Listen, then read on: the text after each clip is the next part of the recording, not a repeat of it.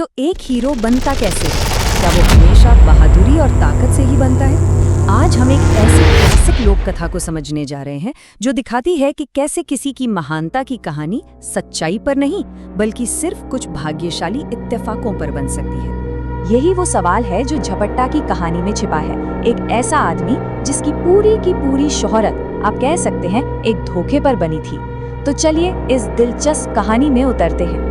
तो कहानी शुरू होती है हमारे हीरो से, पर रुकिए, एक ट्विस्ट है। हम उससे एक हीरो की तरह नहीं मिलेंगे बल्कि उसकी असलियत देखेंगे जो कुछ और ही है। देखिए, झपट्टा ना असल में एक ही शरीर में दो अलग अलग इंसान था। एक तरफ थी उसकी सच्चाई, एक कमजोर डरपोक आदमी, और दूसरी तरफ थी उसकी इमेज, वो पहचान जिसे पूरी दुनिया 10 हाथियों जितनी ताकत वाला महाबली मानती थी। तो सवाल उठता है कि आखिर एक कमजोर सा आदमी 10 हाथियों की ताकत वाला महाबली बना कैसे? और यकीन मानिए, इस पूरी महान गाथा की जड़ में ना कुछ मामूली से कीड़े और एक बहुत बड़ी गलतफहमी है।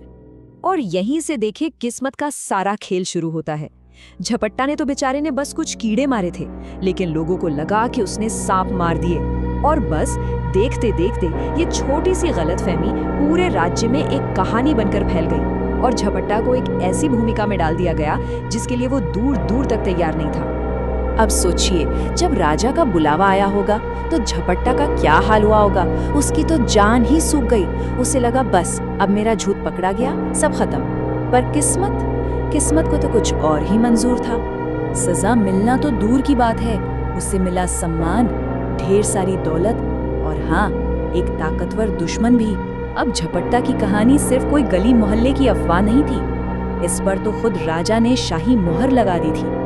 अब भाई, जब इतनी बड़ी पहचान मिली तो उसके साथ आई एक बहुत बड़ी और भयानक जिम्मेदारी। राज्य में एक आदमखोर जानवर का आतंक फैल गया और सबकी नजरें किस पर टिकी थी?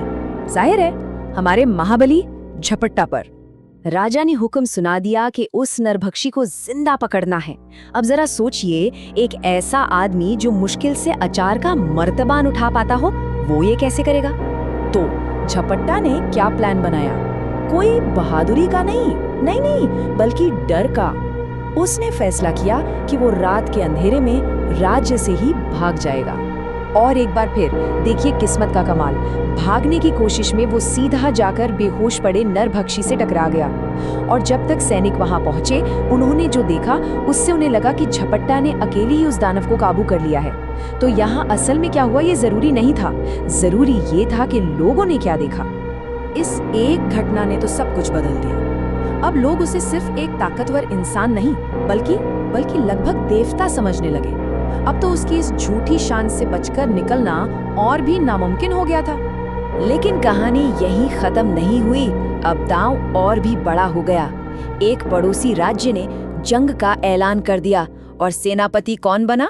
हमारे झपट्टा। और एक बार फिर झपट्टा के पास सिर्फ एक ही प्लान था, भागो। उसने एक लंबी सफेद दाढ़ी वाले साधु का भेष बनाया ताकि किसी को पता न चले और वो चुपके से निकल जाए। लेकिन उसकी भागने की योजना में एक बहुत बड़ी अड़चन आ गई। उसे सम्मान देने के लिए एक सफेद हाथी पर बिठाकर पूरी सेना के सबसे आगे खड़ा कर दिया गया। चलिए अब एक पल के लिए दुश्मन की तरफ से सोचते हैं। उन्हें युद्ध के मैदान पर क्या दिखाई दिया? उन्हें कोई भागा हुआ डरपोक आदमी नहीं दिखा। नहीं, उन्हें लगा कि उनके सामने खुद युद्ध के देवता इंद्र भगवान अपने दिव्य हाथी ऐरावत पर सवार होकर आ गए हैं। और नतीजा ये हुआ कि झपट्टा ने सिर्फ भागने की कोशिश की और बिना एक भी तीर चलाए वो पूरी जंग जीत गया। तो इस पूरी कहानी का सार क्या है? यही कि झपट्टा का पूरा हीरो वाला करियर, उसकी पूरी महानता सिर्फ किस्मत और दूसरों की गलतफहमियों की नींव पर टिकी थी। उसकी हर एक बड़ी जीत असल में खतरे से दूर भागने की एक कोशिश थी। मतलब जो सच में हो रहा था और जो लोगों को दिख रहा था, उसमें जमीन आसमान का फर्क था।